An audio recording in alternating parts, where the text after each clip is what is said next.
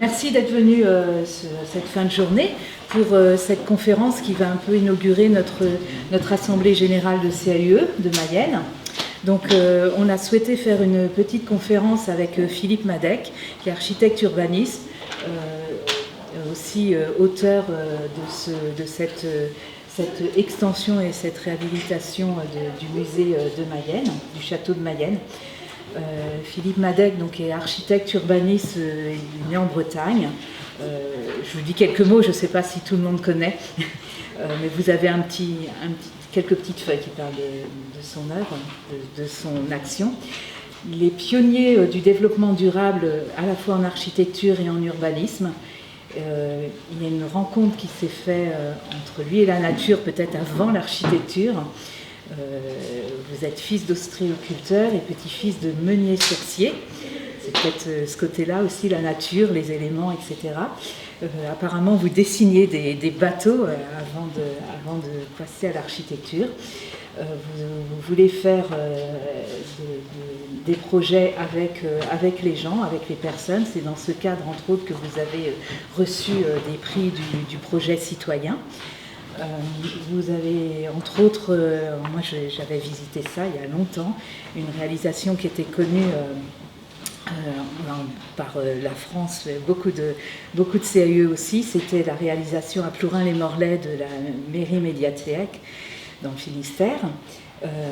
Vous êtes pour la rencontre des gens et vous aimez, vous nous l'avez montré tout à l'heure en vous promenant dans le musée, mais plutôt pour essayer de voir comment on peut faire aussi des choses avec le bon sens et peut-être sans trop utiliser tout le temps des technologies très lourdes, donc comme essayer que là on a caché la lumière, mais, parce que c'est nécessaire pour tout de suite, mais d'avoir plutôt des pièces avec des fenêtres. Vous aimez utiliser aujourd'hui le bois, la terre, des matériaux biosourcés, aller vers le passif et ventiler naturellement des lieux. Donc vous aimez travailler avec les éléments de la nature, vous appréciez aussi l'architecture du quotidien, de l'ordinaire, et vous êtes surtout aussi connu pour le mouvement de la frugalité heureuse et créative. Et je vais vous laisser parler. On avait pensé qu'à la fin de la conférence, on essaye, un peu avant notre assemblée générale qui a lieu à 17h, de faire une petite visite avec M. Madec des lieux. Voilà. Merci pour votre venue. Merci pour votre présentation. Je ne sais pas si vous m'entendez suffisamment, dans ce cas je ne prendrai pas le micro. Ça ira comme ça. Ouais. Merci beaucoup en tout cas pour ces mots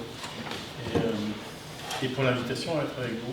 J'ai une vieille histoire d'amitié avec les CAUE. Ça fait longtemps que je reconnais et avec joie l'importance. Sidonie peut-être. Le rôle des CAUE, c'est sans doute le rôle le plus important que l'on ait aujourd'hui sur la défense de l'architecture sur les territoires. Et je suis ravi d'être revenu dans ce bâtiment. Donc je vais vous parler juste très rapidement avant de commencer à parler du reste, de la frugalité et du ménagement, et de la question des territoires. Bon, c'est pas tous les jours qu'un architecte fait un musée archéologique avec des vestiges aussi importants, carolingers. C'est même assez unique dans une histoire d'un architecte, c'est même assez unique parce que les vestiges ici sont uniques. Et donc quand on a voulu faire ce travail-là, on était en 2003 quand on a fait les études, et la HQE existait en France depuis 1997, et les musées de France, on ne dit pas ça, c'est les musées nationaux, considéraient que la HQE, ça n'intéressait pas les architectes, et donc ils ne demandaient pas que les bâtiments soient HQE. Ça ne les intéressait pas l'environnement en 2003. Alors que nous étions intéressés, donc on a fait ce projet-là sans leur dire qu'on leur faisait un projet HQE, et quand on leur a remis les clés, on leur a expliqué pourquoi c'était un projet HQE. La cible 1 de l'HQE, je ne vais pas vous décliner toutes les cibles, mais la cible 1 de la HQE, c'est l'insertion harmonieuse dans son contexte.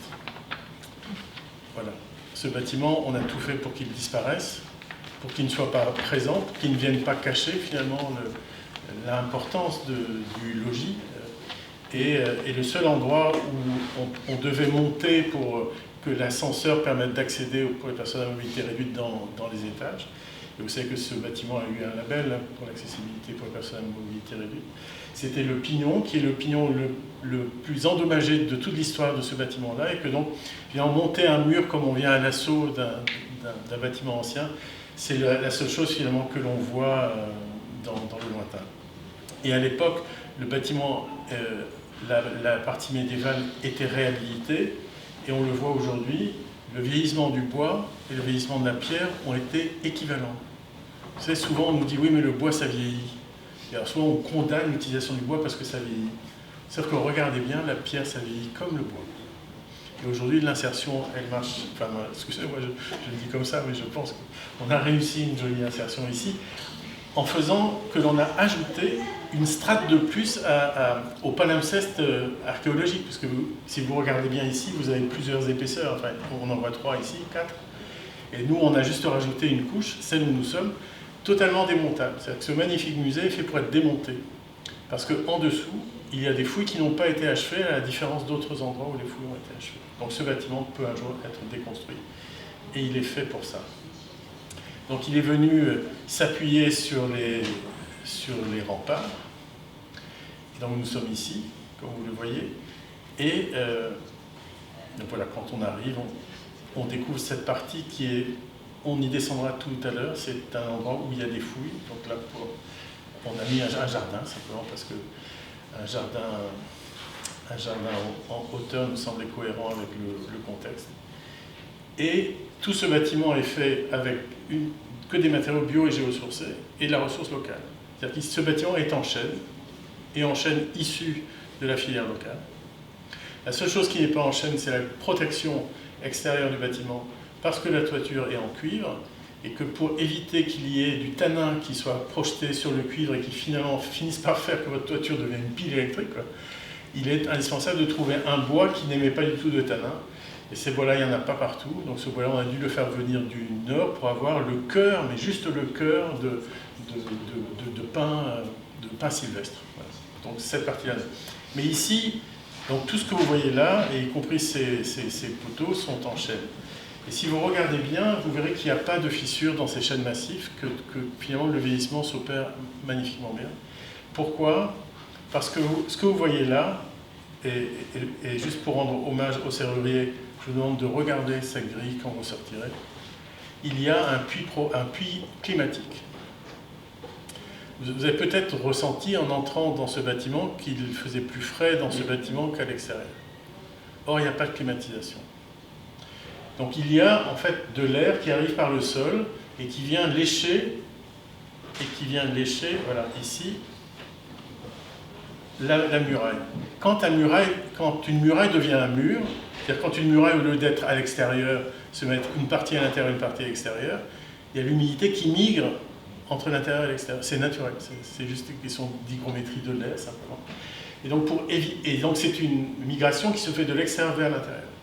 Pour éviter qu'on se retrouve avec un mur totalement finalement souillé d'humidité, on a mis cette aire qui arrive de très loin, enfin qui arrive d'à peu près par là. Cette aire vient lécher le mur, prend l'humidité qui arrive sur le mur et rapatrie ou installe l'humidité dans l'air du musée. Et cette humidité, on en a besoin pour le chêne. Et donc c'est un jeu finalement qui est à la fois celui de la matière et celui du bien-être des gens, puisque les gens qui travaillent là n'ont pas besoin de clim, et enfin, il y a une qualité douce de fraîcheur. Alors j'ai fait ouvrir les 3 portes ici, et pas d'ouverture sur l'extérieur, parce que là la canicule arrive, dehors il va faire très très chaud. Pas question d'avoir l'air de l'intérieur, alors que l'air qui arrive du puits canadien fonctionne. Donc avant qu'on ait quitté cette salle, même si nous sommes tous des radiateurs, chacun est un petit kilowatt, un petit watt, ouais, et l'air qui circule dans le musée va rentrer dans cette pièce-là, et finalement on va être confortablement installé dans cette pièce jusqu'à la fin. Le plafond, c'est pas du plâtre au sens traditionnel, c'est pas des plaques de plâtre, c'est du staff. Voilà, comme on le faisait dans le temps, donc c'est de la... le nom vient de m'échapper, mais enfin, c'est de la fibre sur laquelle on projette du plâtre. Et donc vous voyez ici le détail de ce puits provençal. Vous voyez qu'on a fait une dalle qui est portée et donc il y a un vide en dessous pour ne pas toucher les fondations, pour ne pas toucher les vestiges, et on est juste porté sur des pieux qu'on a mis aux endroits très précis où on savait qu'il n'y avait pas de vestiges. Et donc voilà, vous verrez ça tout à l'heure, c'est de l'autre côté du mur, c'est la partie qui est dans le logis, et on se l'expliquera. Donc voilà, 2003 la conception, 2008 la livraison, ça fait presque 20 ans finalement qu'on a commencé à le concevoir, ce projet-là, avec des enjeux qui sont les mêmes enjeux qu'aujourd'hui, préparer les bâtiments à l'avenir. On ne connaîtra plus le climat du XXe siècle. Et ce n'est pas un gag, ce n'est pas juste un slogan. On ne connaîtra plus le climat du XXe siècle. Et ça ne fait qu'empirer. Et si rien n'est fait, si chacun de nos gestes ne permet pas de réduire cette évolution du climat, j'ai des petits-enfants, je fais tout pour qu'ils soient dans une situation assez heureuse, c'est-à-dire plutôt dans le Finistère. Il y a le Cotentin aussi, mais dans le Cotentin, il y a une centrale atomique. Le Finistère, c'est mieux, quoi. Ou les départements pyrénéens. Tous les Bordelais descendent, enfin tous les Bordelais, j'exagère, mais ils ne s'arrêtent plus au bassin d'Arcachon. Ils descendent jusque dans les Pyrénées. Donc voilà, ça fait sourire, mais ce tableau-là, il ne fait pas sourire, et on le sait bien, et je sais qu'avant la fin de la semaine, on va encore avoir des milliers de morts par les canicules. La grande canicule précédente, c'était 30 000 morts en France. Donc voilà, on le sait tout ça. On ne parle pas de la pollution, et pourtant la pollution tue 8,8 millions de gens par an. Et là, il n'y a pas de vaccin. Alors, les dégâts les plus importants, on les connaît bien, et on les connaît partout. Ce sont des dégâts qui sont liés à l'eau, hein, la pluie, la sécheresse, pluie, imperméabilité des sols, etc., inondations, débordements. Voilà. En milliards de dégâts, en millions de décès.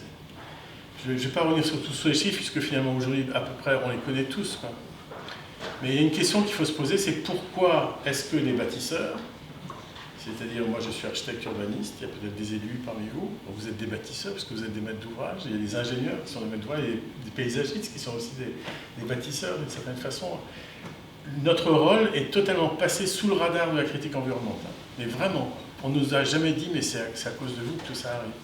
On nous parle des compagnies pétrolières, des compagnies aériennes, on nous raconte toujours tout ça. Alors qu'en 2018, l'ONU dit 40% des émissions de gaz à effet de serre sont liées au monde de la construction et du bâtiment. Ajoutez 20% pour les déplacements, moi qui suis urbaniste et architecte, je suis donc concerné par au moins 40% des émissions de gaz à effet de serre, et comme je fais de l'aménagement du territoire, vous rajoutez un peu plus, et donc je vois bien que la part qui est liée à ceux qui font de l'aménagement du territoire et qui bâtissent est la part majeure. Il y a une jeune architecte américaine qui le dit d'une façon assez radicale et assez joyeuse aussi, c'est « Je ne suis pas cadre dans une compagnie aérienne, je ne suis pas cadre dans une compagnie pétrolière, je travaille pour une industrie qui détruit la planète depuis 40 ans, je suis architecte. »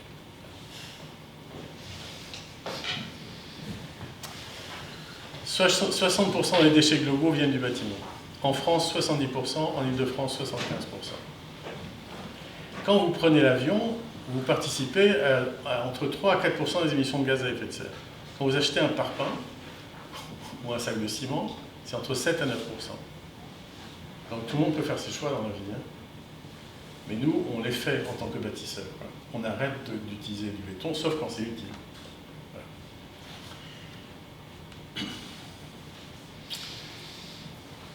Bon, la situation catastrophique contemporaine aura peut-être un mérite qui est celui de mettre un peu fin à la mondialisation et à la dépendance, parce que les guerres contemporaines sont toutes liées à la maîtrise des ressources. On peut raconter que c'est après pour dénazifier un pays, pour autre chose, mais on sait très bien que tout ça est lié à la maîtrise de la ressource. Cette image, je l'utilise depuis 2003. L'année où je commençais ce bâtiment-là, ou à concevoir ce bâtiment-là, la guerre en Irak, 2003. Et là, vous voyez un soldat américain qui voit brûler à l'horizon les puits de pétrole irakiens. Depuis cette année-là, et je l'ai écrit, c'est dans mes ouvrages, j'explique que si nos architectures étaient passives, ou si elles émettaient, ou si elles produisaient plus d'énergie qu'elles en consomment, on dépendrait moins des pays producteurs de gaz. Et en général, je disais, on dépendrait moins de Poutine. Il y a 15 ans, les gens se disaient, bon, maintenant cet architecte va peut-être nous parler d'architecture.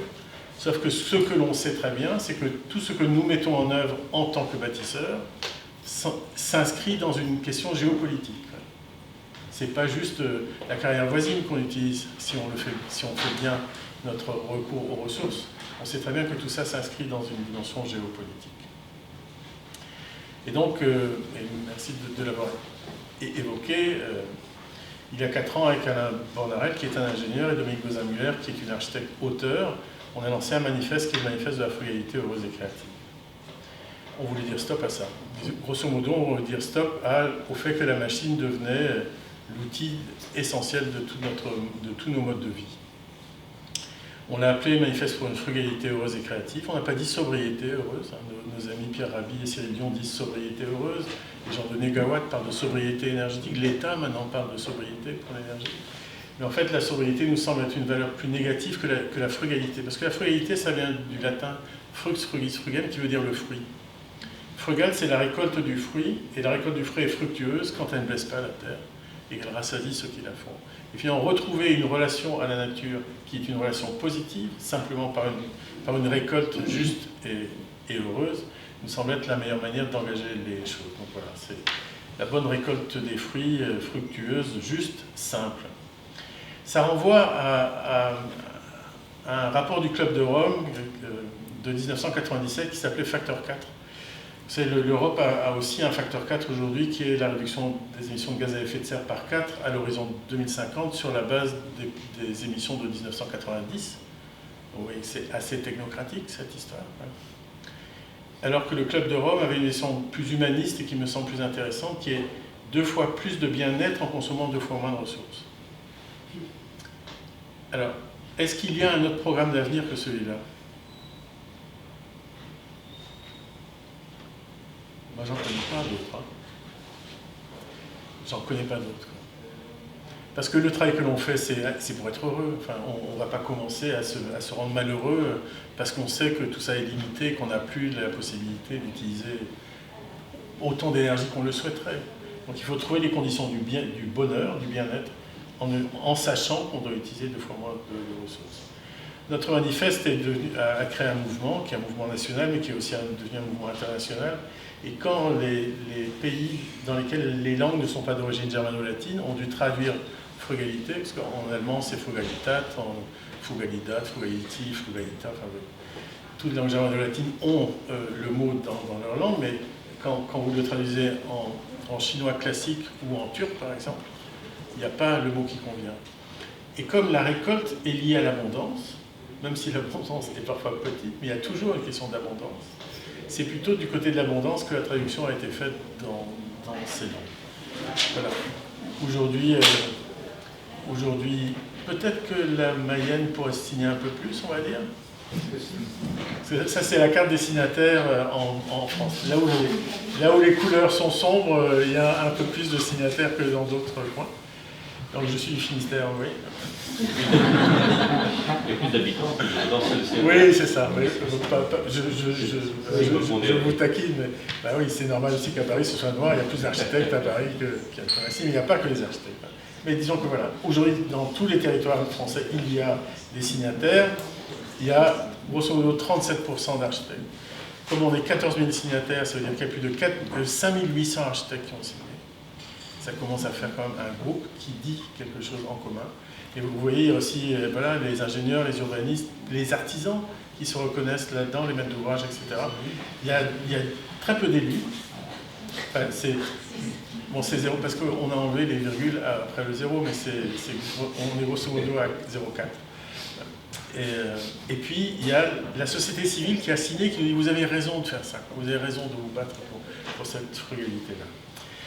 Et puisqu'on est ici dans un bâtiment qu'on a évidemment fait avec l'architecte des bâtiments de France, les derniers signataires qui ne sont pas des individus comme nous, qui sont des groupes qu'on appelle des personnes morales, bah, c'est l'Association nationale des architectes et des bâtiments de France, qui se reconnaît finalement ils reconnaissent dans leur travail quelque chose qui renvoie à notre posture, qui est on fait avec ce qui est disponible, on fait en faisant attention au contexte, on fait avec des gens qui ont des savoir-faire, on travaille plutôt dans la ressource locale, etc. etc. Je ne vais pas vous rentrer après dans l'ensemble, mais voilà, l'Ordre des architectes, le Conseil national a signé, le syndicat de l'architecture, l'Académie. Voilà, il y a aujourd'hui un mouvement qui s'opère, qui est français, qui est européen. Alors, j'habite en Belgique. Voilà, c'est juste que c'est là qu'il y a le plus de notes. Et dans le monde. Et y compris au Maroc, par exemple, où il y a autant de signataires qu'au Canada, à Taïwan, au Cambodge, au Vietnam. Et il est intéressant de voir que dans des pays où finalement la population est sous le seuil de pauvreté, la frugalité n'apparaît pas comme de la décroissance, mais comme une relation saine à la nature. Parce que, bon, je travaille aussi au Maroc, hein, j'ai des projets urbains à Casablanca par exemple, et il m'est arrivé de travailler dans des endroits comme Tantan. Jamais au Maroc vous n'allez leur dire, bon, un peu de décroissance ça vous ferait du bien, ce serait indécent. Ça n'a pas de sens. Alors que nous, on peut certainement faire attention et être 2 fois plus heureux en consommant 2 fois moins de ressources. Et finalement, eux aussi ont compris qu'il y a dans cette ambition-là quelque chose qui renvoie à une possibilité de bonheur à venir. Donc le mouvement fait un travail de recherche de l'ensemble des ressources locales, ressources naturelles locales et ressources humaines locales. Quels sont les artisans qui mettent en œuvre les ressources locales? Ça, c'est une carte qui est assez ancienne et qui parle de l'ensemble du territoire, qui est remplie par les groupes locaux. Au moment des élections municipales de 2020, on avait produit un document qui était un document de 3 objectifs et de 15 engagements. Le premier objectif, c'était préserver le sol comme notre terre. Ce qui n'est pas tout à fait pareil que zéro artificialisation nette, mais qui n'est pas si loin que ça, du zéro artificialisation, seulement qui nous demande de regarder autrement les choses. Et le premier point, le premier engagement de ce premier objectif, c'était privilégier la réhabilitation de l'existant avant d'engager toute construction neuve. Quelques temps plus tard, nous avons réduit ça en une formule qui est « faut-il encore construire ?»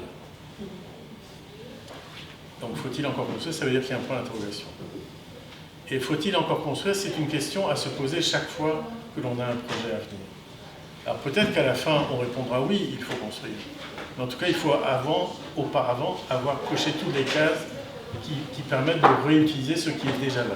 Parce qu'en fait, le grand enjeu contemporain, c'est de faire avec le déjà là, de ménager le déjà là, de faire attention au déjà là. Les autres points, c'était anticiper les dérèglements climatiques. C'est-à-dire qu'aujourd'hui, il ne faut pas se dire on va faire ça demain. Oui, on va y réfléchir. Ah oui, ce que vous dites, c'est bien là. On va voir ça dans le prochain projet. Ça n'a pas de sens, c'est trop tard. C'est pas demain. En écrivant cet ouvrage que je vais laisser au CAUE, là, sur Commune Frugale, et dont je vais vous parler tout à l'heure, j'ai relu le rapport Brundtland. C'est le rapport de 1987 où Gro Harlem Brundtland fait un rapport à l'ONU sur l'état de la planète. Et ça s'appelle Common Future, notre avenir à tous. Et elle dit, en 2020, il y aura un dérèglement climatique avéré dû aux émissions de gaz à effet de serre. Elle l'écrit comme ça. On est en 2022 et on sait qu'elle avait raison pour 2020. Et pendant tous ces propos, elle ne fait que parler des générations futures. Qui est-ce que c'est les générations futures pour croire à la Brundtland? C'est nous. Hein. Donc il faut qu'on arrête, nous, de parler des générations futures en disant qu'on fait quelque chose pour eux. C'est trop tard. Nous sommes les générations futures qui étaient concernées par le dérèglement. Et Gro Harlem Brundtland le disait déjà. Donc aujourd'hui, il faut anticiper. Il faut faire en sorte que les architectures que l'on produise, et je suis heureux de ce bâtiment, ne soient pas obsolètes au moment où on le livre. Quand vous livrez des logements en parpaing, isolés par l'intérieur, avec des volets roulants en PVC, c'est pas compliqué, vous faites une fournaise, vous faites des logements qui ne vont pas être habitables, et on le sait tous très bien, vraiment. Quoi. Donc voilà, anticiper les dérèglements climatiques. Et puis, pour y arriver, et ça renvoie aux enjeux territoriaux qui sont portés voilà, par les élus, mais pas que par les élus, par les citoyens aussi, il faut faire en sorte que dans les documents d'urbanisme, dans tout ce qui concerne finalement l'établissement humain à l'échelle des communes, eh bien, l'enjeu climatique, l'enjeu d'éco-responsabilité soit au cœur de tous les écrits. Pas question que ce soit une ligne de plus en bas en disant « Tiens, on va faire un élu délégué au développement durable ». Ça va être qui? Ça va être personne. Et donc, voilà. Ces trois engagements, enfin, ce PowerPoint, je le laisserai au sérieux et il vous sera diffusé si vous le souhaitez, évidemment. Et donc voilà, on a continué à faire notre travail, et cette année, en fait, Cyril Dion nous a demandé d'écrire un livre, qui est celui-là. Cyril voulait qu'on écrive un livre avant les élections présidentielles sur la ville frugale. Et moi, je ne voulais pas rentrer dans l'opposition ville-rurale, que je trouve assez imbécile, et une vieille erreur, et vous allez voir, je vais revenir sur ça. Donc j'ai refusé qu'on travaille sur la ville frugale, mais qu'on travaille sur la commune frugale. Puisqu'en fait, la commune, c'est une dimension absolument magique. Enfin, s'il y a des élus là, vous le savez à quel point c'est vrai. C'est la plus petite dimension politique. Elle n'a pas d'échelle. Pour avoir des communes de 10 000 habitants et des communes de 500 habitants. Elle n'est pas qualifiée. Elle peut être rurale, elle peut être littorale, elle peut être de plaine, elle peut être de montagne. Elle est partout. Elle est en fait la relation la plus directe que l'on a politiquement avec son quotidien. Et on sait bien aussi que c'est au travers et à partir des documents d'urbanisme qu'une commune maîtrise son territoire. Alors bien sûr, il y a les PLUI, il y a tout ça. Les communes, c'est plus des baronnies aujourd'hui. Enfin, je pense que j'ai terminé cette histoire. Les communes sont inscrites dans des réseaux, dans des échanges, dans tout un ensemble qui fait que l'on n'est plus isolé quand on est dans une commune, on est dans des... Et aujourd'hui, et je pense que je vais vous le lire, c'est très court, hein, aujourd'hui, les élus, par leur urbanisme, par leur document d'urbanisme, ont tout ce qu'il faut pour faire une commune frugale.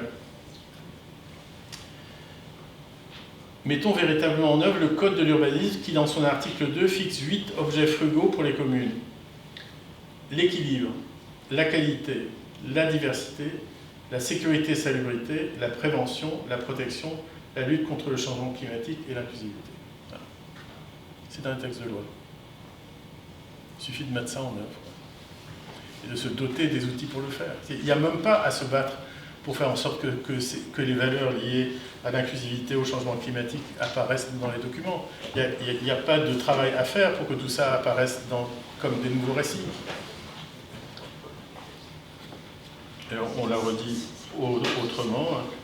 Le Code de l'urbanisme précise dès son article 1er, l'article L101.1, que le territoire est le patrimoine commun de la nation et que les collectivités publiques en sont les gestionnaires et les garantes dans leur cadre de compétences. Et leurs compétences, c'est lesquelles? Ce sont les 8 que je viens de vous dire. Voilà. C'est pour ça qu'on a fait commune frugale. Parce que finalement, l'outil essentiel... Alors, peut-être que je fais une hypothèse qui est une hypothèse très récente, que je n'ai que depuis hier, donc oui, c'est peut-être faux, mais en fait, en voyant le peu de votants aux élections législatives, je me suis dit que quand même, pour les municipales, il y a peut-être plus de gens qui votent. Et que la commune est sans doute encore un enjeu politique qui est plus... qui touche davantage des gens et qui les amène plus accessibles.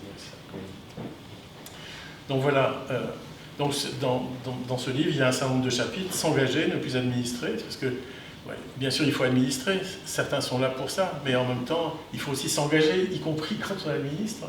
Et puis quand on vit dans la commune, il faut aussi s'engager, donc que l'engagement collectif est indispensable dans les communes. Après, contenter, ne plus consommer. Faire en sorte que l'on réponde exactement aux justes besoins. Quels sont les justes besoins et pas davantage. Après, réhabiliter, ne plus construire. Alors pour moi, réhabiliter, ça n'est pas rajouter de la technique à de la technique.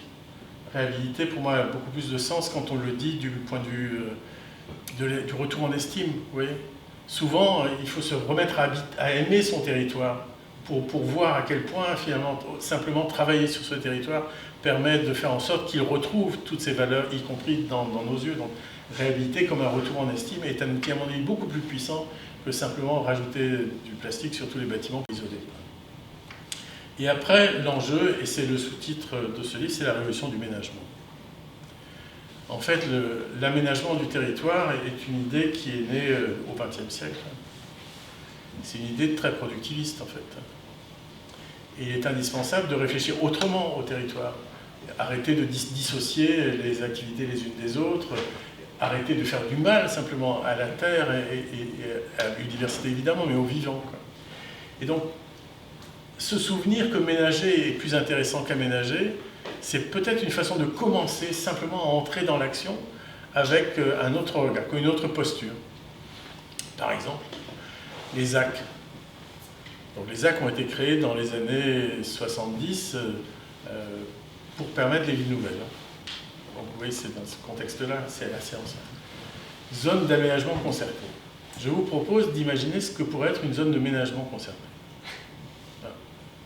Simplement dire, mais tiens, là, on va travailler dans une zone de ménagement concerté. Je pense que ça changerait peut-être, en tout cas je le souhaite, le rapport que tous les acteurs ont avec ce contexte-là. Alors où est-ce que j'en suis pour pas que je déborde? Je vais déborder évidemment, mais je vais m'arrêter. Donc voilà, le mouvement de la frugalité rose et créative ne valorise que des valeurs locales. Donc on fait des livres sur le Grand Est, sur la Provence, il y en a un en ce moment sur le Bordelais, un autre sur la région Aura, on va en faire un dans l'Ouest évidemment, on fait des expositions à Nancy, à Stuttgart. Et je pense que ça a du sens à Bordeaux, mais que ça a du sens par ailleurs. Bon, vous savez, la municipalité de Bordeaux est devenue une municipalité écologiste, et c'est la première ville de France à avoir fait un label bâtiment frugal bordelais. Le bâtiment frugal bordelais, vous pouvez le télécharger. Tous leurs documents sont téléchargeables sur leur site, concernent le logement, les bureaux et la réhabilitation. Pour l'instant, ça va continuer sur les autres plans.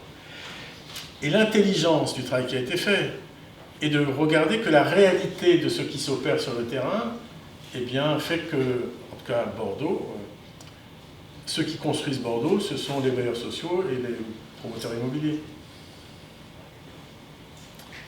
Et donc tout ce travail a été fait avec eux. Tout ce travail a été fait en partenariat avec tous les acteurs, de telle manière que l'on vérifie que les hypothèses qui sont faites soient viables, y compris économiquement, puisqu'on sait très bien qu'à la fin, ça finit toujours par être économique. Donc là, par exemple, pour le logement, tous les logements doivent être traversants. Tous les logements doivent utiliser des matériaux biosourcés. Tous les logements doivent avoir une surface extérieure de plus de 10 mètres carrés, etc., etc., etc. Pourquoi? Eh bien, pour que les logements soient préparés à l'avenir de demain. Et c'est vrai aussi en réhabilitation comme pour le neuf. Il me semble que ce genre de travail-là peut être mené à une échelle plus large que la commune, avec les opérateurs, avec le monde économique. Et donc vous voyez là, un des meilleurs promoteurs de ce label frugal bordelais, c'est lui qui est le président de la Fédération de Nouvelle-Aquitaine des promoteurs immobiliers.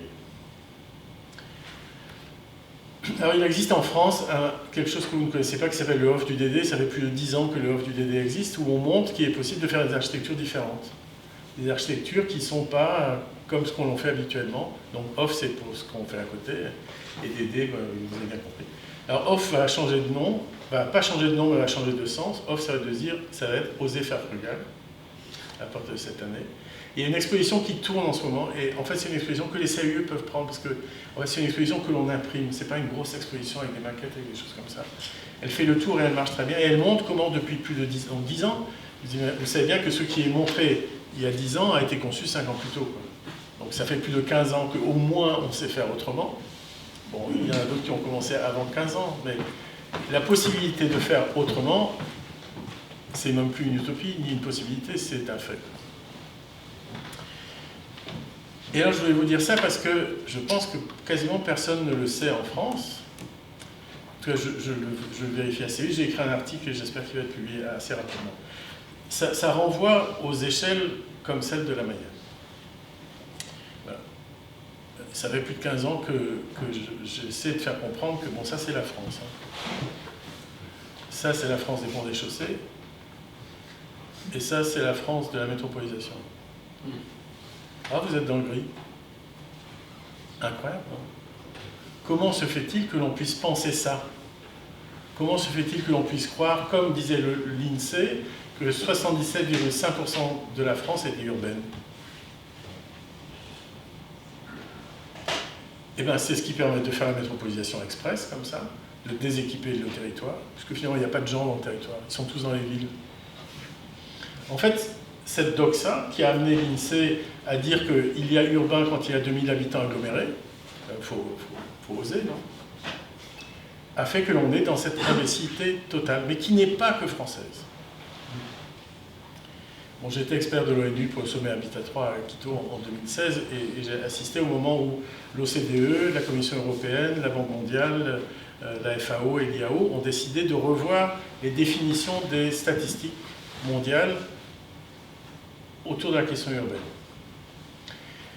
Jusqu'à présent, les statistiques étaient bâties sur l'opposition entre l'urbain et le rural. Ceux qui n'étaient pas urbains étaient ruraux et point barre. Enfin, on sait bien à quel point c'est imbécile, mais c'est comme ça. Et même chez nous, c'est quand même compliqué, mais dans des pays, dans d'autres pays, c'est encore plus compliqué. Mais en tout cas, les faits étaient là, et qu'est-ce qu'on disait? Tous les discours de l'ONU commençaient par, puisque nous sommes à l'heure actuelle, puisque la population mondiale est à l'heure actuelle à 54% urbaine, patati patata, puisqu'elle sera à 70% urbaine en 2050, patati patata. Et donc, je ne peux pas vous dire que j'y suis pour quelque chose là-dedans, mais on était un certain nombre d'experts à dire que ça ne marchait plus, cette histoire. Donc les calculs se refont. Et aujourd'hui, on a les calculs. Donc le document qui est là a été remis il y a 2 ans, je pense, a fait l'objet d'une présentation à l'ONU et a été accepté par tous les pays.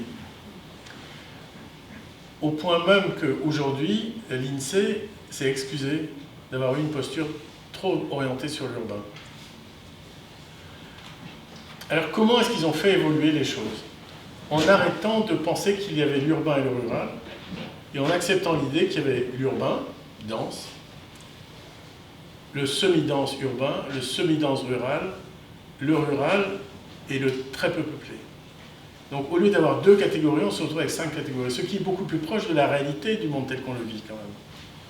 Moi, mon premier travail, je l'ai commencé, tout à l'heure c'était évoqué dans un bourg de 900 habitants dans le Finistère, et je travaille dans les métropoles aujourd'hui. Je travaille sur tout l'étendue du territoire, et je sais très bien que la réalité du territoire n'est pas celle qu'on voulait nous faire croire. Donc je vous donne des chiffres comme ça. Ce serait beaucoup plus long de le dire, mais donc le travail mené par l'OCDE et Partners fait que la population mondiale n'est plus à 54% urbaine, mais 48%. Donc vous venez de quitter un monde. Hein.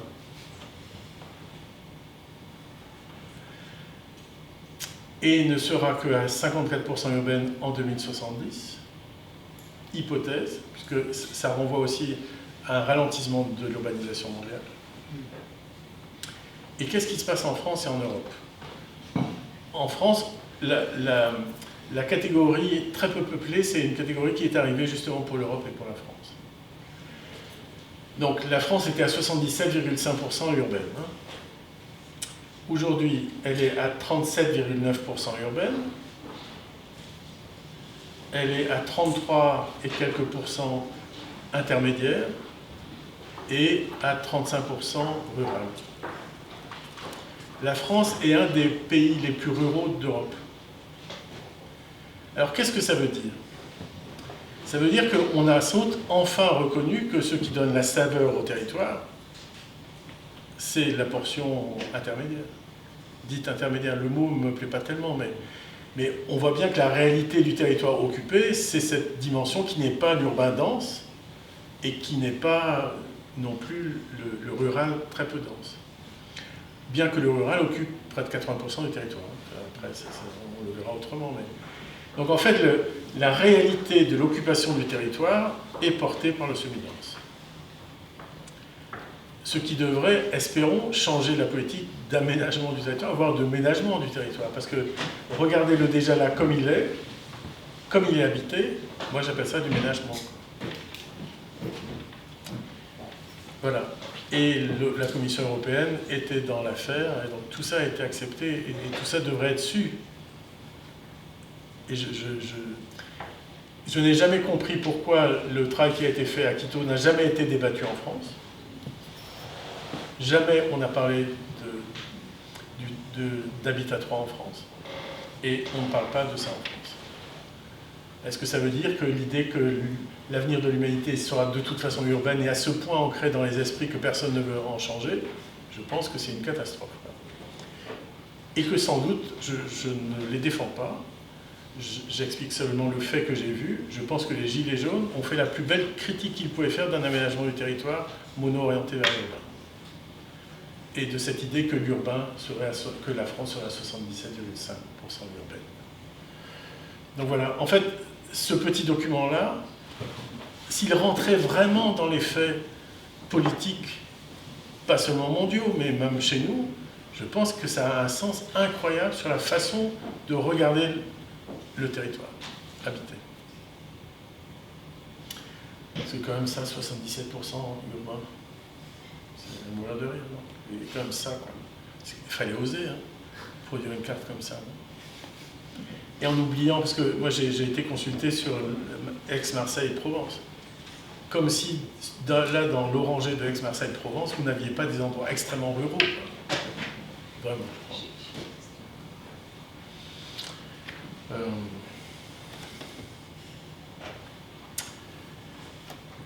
Je peux vous montrer des images où on peut s'arrêter là et se parler. Voilà. Puisque je sais que vous avez votre assemblée générale et que c'est le plus important. Donc, je suis président de l'association, donc j'aimerais pas qu'on dise ça. Je me permets de dire que c'est quand même très intéressant. C'est gentil, merci beaucoup.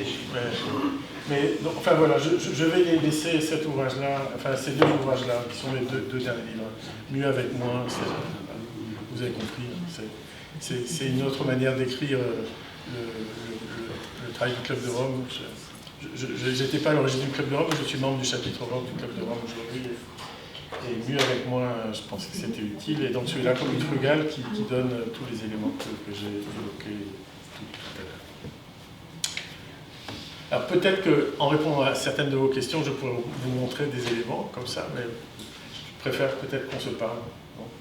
Vous avez des questions ?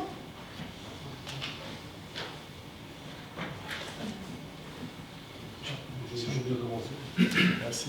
Vous avez beaucoup parlé de la maîtrise de l'énergie et d'essayer de ne pas consommer le patrimoine. J'estime que c'est le patrimoine en fait, que l'on a, qu'on a hérité d'un patrimoine avant, de l'humanité. Vous avez très peu parlé de la production d'énergie. On sait qu'on va produire plus d'énergie, c'est comme ça qu'on peut décrire. Et comment on fait pour arriver à avoir une production d'énergie et qui aille en même temps avec la maîtrise de ce patrimoine-là et faire en sorte que sur un bâtiment comme celui-là, on puisse produire de l'énergie. Comment on le fait? À quel endroit on le fait? Est-ce qu'on le fait au plus proche? Est-ce qu'on le fait très loin? Est-ce qu'on le fait à Lague? Mais il faut bien une info aussi. Quel est votre avis, votre vision de ces points? En fait, dans la frugalité, on essaie d'utiliser le moins possible de machines. Parce que vous avez vu l'image stock, tout ça. D'abord parce que plus un système devient complexe, plus il tombe en rade. Alors, on le voit avec tous nos réacteurs qui sont un peu à l'arrêt. Donc plus un système est compliqué, plus il tombe en panne. C'est vrai pour des énergies à ce niveau-là de puissance, c'est vrai pour les bâtiments. Parce que, vous savez, depuis que la part technique est devenue plus importante dans le bâtiment, nos assurances ont augmenté. Parce que les désordres n'ont fait qu'augmenter. Donc nous, on est pour utiliser le moins possible d'énergie, donc on est pour la maîtrise de la consommation plutôt que la maîtrise de la production. Et c'est un vieux truc, enfin, il y a des philosophes qui l'ont dit depuis longtemps, hein. Plus vous produisez d'énergie, plus vous amenez à consommer d'énergie. C'est une chose absolument banale, mais que l'on vit tous comme ça. Donc il faut trouver des solutions pour utiliser moins d'énergie. Par exemple, voilà, je vais vous montrer juste peut-être un peu rapidement cette image-là. Cette maison-là, qui est une réhabilitation d'une écurie en Bretagne, dans le Finistère Nord, donc c'est pas le plus chaud, hein, qui est le Morbihan, et le Finistère Sud. Cette maison n'a pas de chauffage et pas de système de ventilation mécanique. Il y a juste un poêle à bois pour toutes les pièces. Et il me semble vraiment que sous une ligne qui démarrait au nord de Caen, qui irait jusqu'au nord de Lyon et qui longerait les Alpes, je pense qu'en dessous, il n'y a pas besoin de chauffage. Vraiment. Il faut juste s'arranger pour avoir 2 heures d'ensoleillement par jour dans les maisons, par exemple, jusqu'au 21 décembre. Une bonne isolation par l'extérieur et de l'inertie à l'intérieur. Je fais des logements aujourd'hui à Bordeaux dans lesquels il n'y a des logements collectifs dans lesquels il n'y a aucun système de ventilation mécanique. Donc pas de rien. On fait ça comment? La plupart de mes confrères, quand ils font des logements collectifs, ils vous font des voiles en béton, et puis au milieu du voile en béton, ils vous mettent le WC et la salle de bain, sans fenêtre, parce que grâce à la VMC, il n'y a pas besoin de fenêtre, on peut renouveler l'air. C'est honteux. Et donc c'est que depuis les années 80, quand même incroyable. Donc cette machine, il faut s'en débarrasser. Donc on met des fenêtres dans toutes les pièces. Le WC, la salle de bain, la cuisine et bien sûr les autres pièces. Tous les logements sont traversants. Et on a des entrées d'air qui sont des entrées d'air spécifiques pour faire entrer l'air, qui sont autoréglables par l'habitant. Et avec juste, vous savez ce qu'on met dans les écoles aujourd'hui, les 3 petits voyants, rouge, orange et vert, si l'air n'est pas bon, on l'ouvre. Je l'ai fait dans la réhabilitation d'une ferme dans le Béarn, où la maison du fermier a été réalisée comme ça, sans aucun système. Parce qu'en fait, on peut le faire facilement dans les maisons, après dans le collectif, c'est un peu... Voilà. Cette maison-là, celle-ci, elle n'a pas du tout de système de ventilation, sauf ce que je viens de vous décrire, avec le petit voyant et les ouvrants. C'est devenu un jeu entre le père et le fils. Parce que le fils est joueur. Et du coup, il dit tiens, je t'ai battu, j'ai vu que ça n'allait pas dans cette pièce, j'ai ouvert à temps. C'est-à-dire que le rapport finalement, à la santé et au bonheur devient plus important que le rapport à la technique. Donc voilà, mon propos est utilisons moins de technique pour avoir moins besoin d'énergie. Je ne vais pas vous dire que j'ai tout résolu avec ça. Mais en tout cas, c'est une manière de rentrer dans la question plutôt que de produire encore. Je sais qu'on aura besoin de produire encore et encore. Et je préfère que les sources soient bien sûr des sources naturelles. Mon grand-père, enfin ça a été évoqué, est meunier. En 28, il faisait son électricité avec l'eau de sa chute d'eau. Voilà. Je pense qu'il faut pixeliser la production d'énergie et la partager. Voilà. La vie partagée. J'ai une double question. Il y a 15 jours, on présentait sur le territoire 2 bâtiments vertueux en Bretagne, où effectivement on fait une économie énergétique colossale, où on fait partager également les personnes qui y vivent à cette action. Je voulais savoir si vous aviez, soit à travers cet ouvrage, soit à travers un autre ouvrage, un guide de bonne pratique et de bonne utilisation de matériaux qui pouvaient compléter je dirais la petite mallette de l'élu pour l'aider à prendre ses décisions, parce que effectivement vous nous faites part, vous nous donnez une vision. Aujourd'hui on sait qu'on a des budgets qui sont contraints, etc. Et on va jamais chercher très très loin des archives pour des petits projets. Ça c'est ma première question. La seconde, vous avez fait écho à quelque chose, et évitons de construire, on est là-dessus dans des projets de territoire entre autres, et utilisons notre patrimoine. Alors quand on a un patrimoine qui est classé, je dis classé et ultra protégé, on nous demande de le refaire à l'identique, il ne faut pas changer une pierre, il faut essayer de retrouver une pierre. Je parlais d'une commune que je connais bien, du sud Mayenne, où on nous dit pour compléter l'église, on va retrouver le même schiste sur Lyon, etc., etc.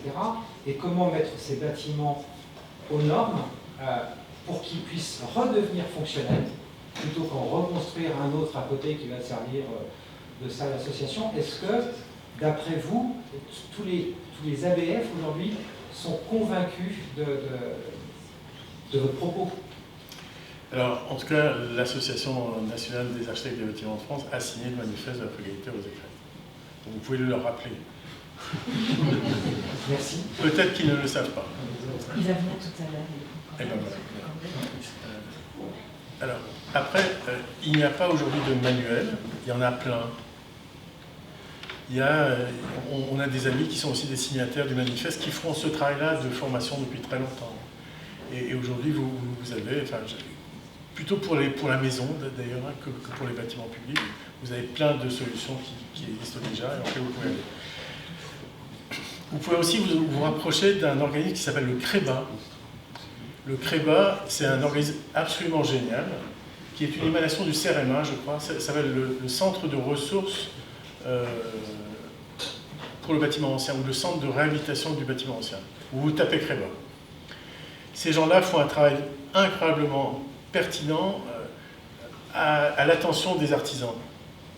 Les artisans n'ont pas le temps de faire des formations. Ils sont en retard sur tous leurs chantiers. Donc il faut absolument réussir à s'approcher d'eux, et le CREBA fait ce qu'on appelle des MOOC, c'est des formations à distance pour tout ça.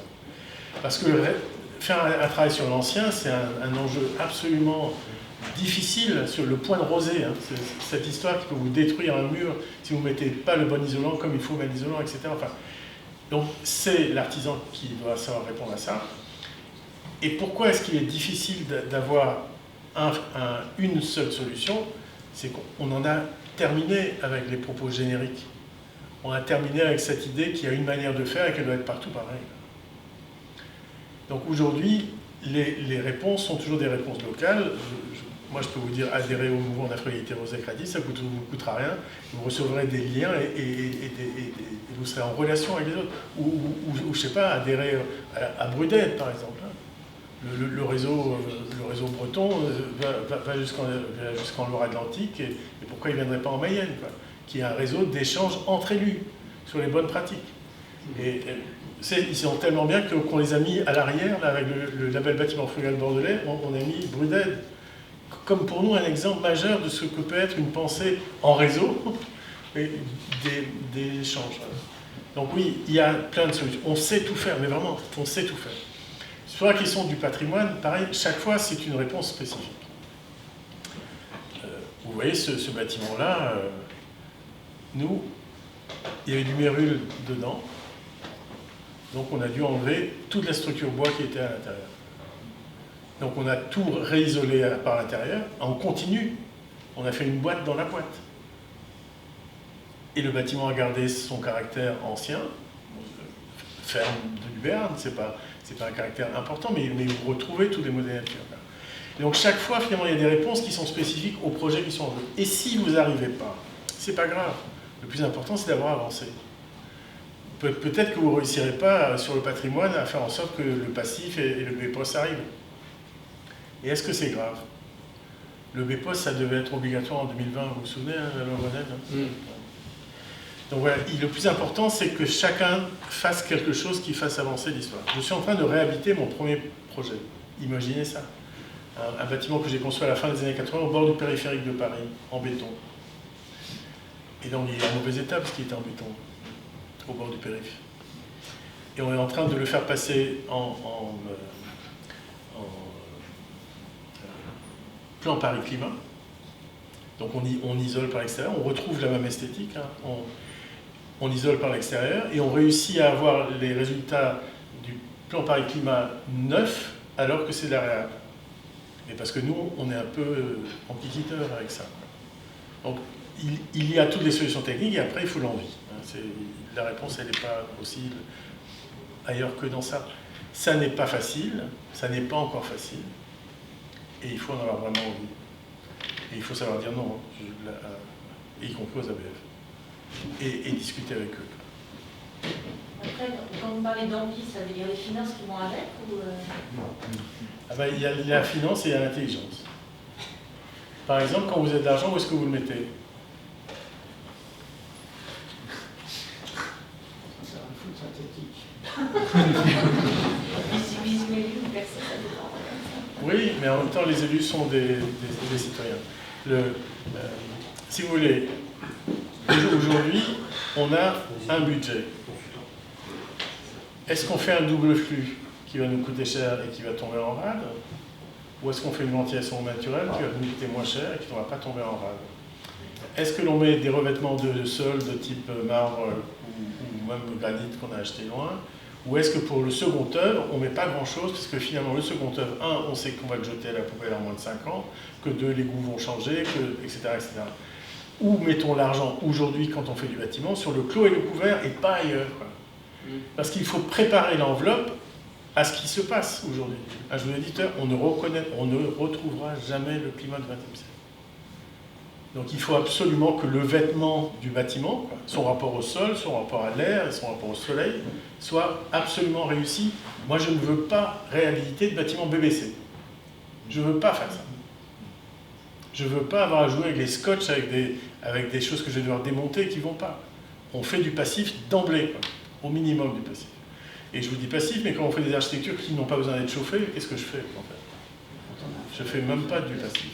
Donc la question de l'argent renvoie à que fait-on de l'argent que l'on a. Donc moi je suis pour une stratégie de positionnement d'argent dans le projet. Et par exemple pour le logement, je suis pour arrêter de finir les logements, de les laisser finir par les acquéreurs. Alors pour les locataires c'est différent, mais pour les acquéreurs on arrête de les terminer. On sait bien qu'ils vont partir chez Ikea, changer leur cuisine, pareil pour leur salle de bain, que le sol ils vont le changer, etc., etc. Donc il faut simplement avoir une posture par rapport à ça. La question que vous posez, madame, c'est une question qui est essentielle, y compris pour nous, parce que frugalité, ça veut dire économie. Hein, oui, c'est... Et donc le prochain livre comme ça va être l'économie de la frugalité. L'économie de la frugalité. Ouais. Voilà, pour arriver à trouver une solution à ça, parce que, si vous voulez, moi je suis pour... On m'a demandé il y a quelque temps si vous étiez élu président. J'ai dit une très mauvaise nouvelle. Et ils m'ont dit mais bon, vous avez une décision à prendre. Laquelle vous prenez tout de suite? Alors, j'ai dit immédiatement, je taxe le béton. Je taxe le béton. Béton. Et j'attends pas la taxe carbone sur le béton. Parce que le béton, le problème, c'est pas le carbone. C'est le sable, c'est l'eau, c'est l'acier, et c'est bien sûr aussi le carbone. Mais c'est surtout le fait qu'aujourd'hui, quand on veut utiliser des matériaux qui sont différents, et qu'il faut faire une économie, on nous dit toujours, mais après tout, là, votre plancher en bois, on va le faire en béton, ça coûtera moins cher. Donc taxer le béton permettra peut-être de faire baisser même le prix des autres, et d'ailleurs, j'ai ajouté, et je change la TVA sur la construction de biosourcés et géosourcés. Donc ça ne dépend pas que de vous et de moi, madame. Ça dépend aussi d'une économie, mais cette économie-là, il faut se battre pour qu'elle nous arrange la vie, quoi. La fiscalité, ça n'est qu'un incitatif à faire quelque chose. C'est pas ça qui est la cause. Non, la cause, c'est les habitudes des gens et leur perception de ce qui est bien ou pas bien. Ouais. Quand on se bat sur la place de la voiture, dans l'agglomération, on vous répond que quand on est dans une petite commune, on ne peut pas se déplacer autrement qu'en voiture. Donc la voiture est partout. Comment on fait? Voilà, et puis je pense qu'après on va s'arrêter sur ça parce que en fait je suis président de plusieurs associations dont la Team Solaire Bretagne qui est une association qui regroupe des écoles d'ingénieurs, des écoles d'architectes, des écoles des beaux-arts, écoles de design, écoles d'économie et les compagnons du devoir. La Team Solaire Bretagne a été interrogée par la métropole de Rennes pour que nous réfléchissions à comment habiter les centres-bourgs de seconde couronne de Rennes. Donc, pareil, tout ça, là, vous téléchargez tout ça sur le site de la Team Solaire Bretagne, et il y a des fiches actions, vous avez plein de choses. Hein. Voilà, je les fais passer comme ça, sur tout ce qu'il faut faire pour y arriver. Nous, on a fait ce travail-là avec des sociologues, et on l'a fait avec des économistes, et grosso modo, on a donné une réponse. Je ne vais pas vous donner la réponse sur le profil des gens et ce qu'il faut faire pour l'architecture, mais revenir sur la question du déplacement que vous évoquiez, monsieur. Être capable de s'installer dans des parcelles de centre-bourg qui n'ont pas de jardin ou qui n'ont pas de parking renvoie à un rapport au territoire et pas juste à un rapport à la propriété. Bon, déjà, on a aussi proposé de dissocier le bâti du foncier. Je ne sais pas si vous avez des foncières municipales, mais je pense que c'est un très très bon outil de gestion de l'avenir de vos communes. Et donc, il y a à la fois donc, cette nécessité de changer enfin, les PLU sur le stationnement et sur tout ça pour autoriser que des gens arrivent. Et la réponse, c'est aussi d'accessible aux gens qui font ça, carte dans lesquelles vous avez deux choses. Un, le choix de votre énergie et le choix du fournisseur de votre énergie. Et deux, l'accès à tous les modes de mobilité du département. Tous. Parce que l'objectif, c'est de réussir à se passer de la seconde voiture, quand c'est qu'une seconde. Donc voilà, ce travail-là a été mené et est disponible.